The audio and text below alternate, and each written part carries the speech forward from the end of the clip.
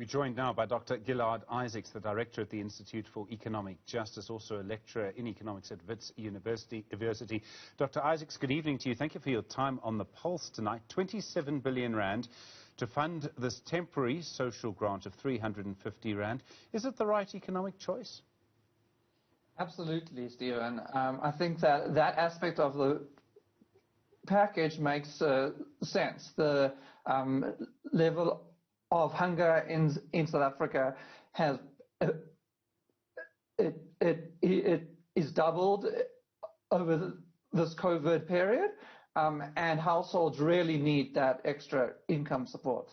The 27 billion rand, as I understand it, comes from higher than expected tax revenues, and in a way we were just lucky. It's not sort of really luck, it's because the mining companies have done so well, because in a way, because of the pandemic. It's incredibly complicated. You understand it, I don't. The point I'm making, though, is that it could be argued that 27 billion rand could pare down government debt, could help Eskom, could be used for investment in education, yet we have hunger now. This is a trade-off between the short-term real need and what could have been a long-term benefit. I think it would be just to only see this in a short-term light, I think misses one aspect, which is that if we don't invest in our population, if we have people who are starving, if we have people who are unable to have electricity to do homework in the evening, if we have people who are unable to search for employment, all of that type of investment is also a long-term investment in our economy, as is ensuring that the particularly small and informal businesses where these people spend those funds are seeing that increase in demand for their services, and maintaining those businesses in this period is also really important. So I think that even though, yes, this is about supporting immediate social needs, it also has long-term benefits for the economy. I know many economists say this, that this will stimulate demand. It goes into the argument, the debate, the long-running debate around the basic income grant. Does 350 rand really stimulate the economy that much?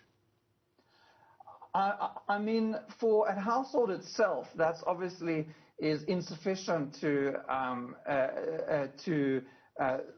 stave off hunger or support a household's needs. But on aggregate, as you've noted, this almost 27 billion will be injected. The poor spend money on consumables which are more made in South Africa than the rich do. And so absolutely the majority of these funds will go into local economies. To get a basic income grant is one outcome. It's a good outcome if it staves off hunger, and the evidence is there that there is hunger and that it would go some way to doing that. A better outcome for the country, so that we don't repeat the situation we're in now, is obviously to create more jobs. I mean, for all sorts of reasons. It leads to more, I suppose, human development in terms of skills, but also a job is always going to pay more than 350 rand a month. Any job would pay more than that. So the question then becomes, is there any hints anywhere of proper economic reform? And just to sort of add to that, the unemployment is not just a South Africa problem, it's a Southern Africa problem. And a global problem, Stephen, as you know. I would say, the government has announced its economic recovery plan, which goes some way. It, in our view, has significant weaknesses in it. So we have heard kind of in rhetoric that there is a long-term plan. What we're not seeing is that in practice. What we're seeing is a government which is reacting. We knew 6 weeks ago that level 4 was coming, and government knew that it would hit certain sectors certain workers, certain businesses, and yet we didn't preemptively see any package. We put forward a 70 billion rand package before any announcement from government. And so the concern about the medium-term plan is that we aren't seeing this type of forward planning.